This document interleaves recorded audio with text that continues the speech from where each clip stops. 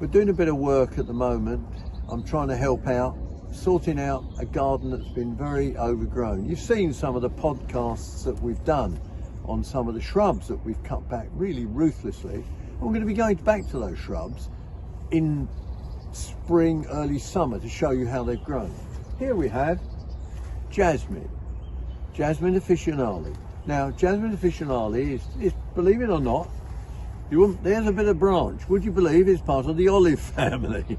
Oh, plants are very confusing indeed. Now, what I want to show you is that what it does, you get a lot of dieback. Look, all dead branches.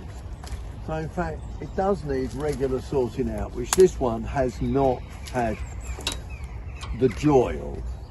And then you'll say, well, what are all these bits on the ground that I've got down here? Well, actually, this is new growth. I'm going to tell you what I'm going to do. I'll show you firstly. What I'm going to do is I'm going to pull out all the dead. You can see it snaps, it's easy. I'll knock all the dead out. Then we'll cut back a framework and leave a framework up here as well at the top.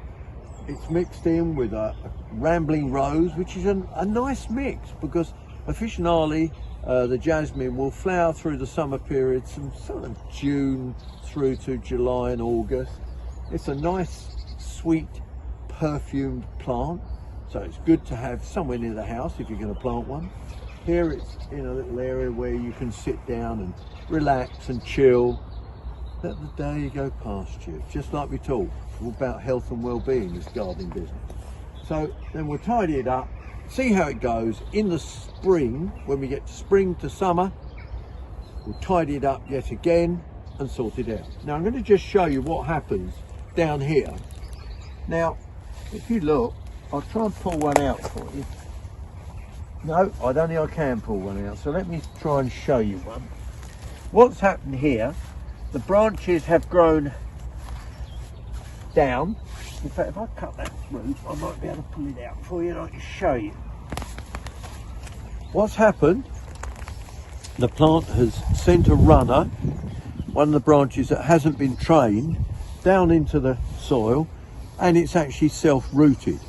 Now, if you wanted to do that, you'd have to get little metal wire clips, hold it down and get it to root itself.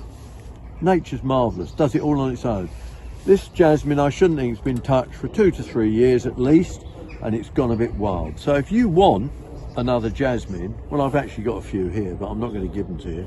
I'm going to keep them, replant them in another part of the garden.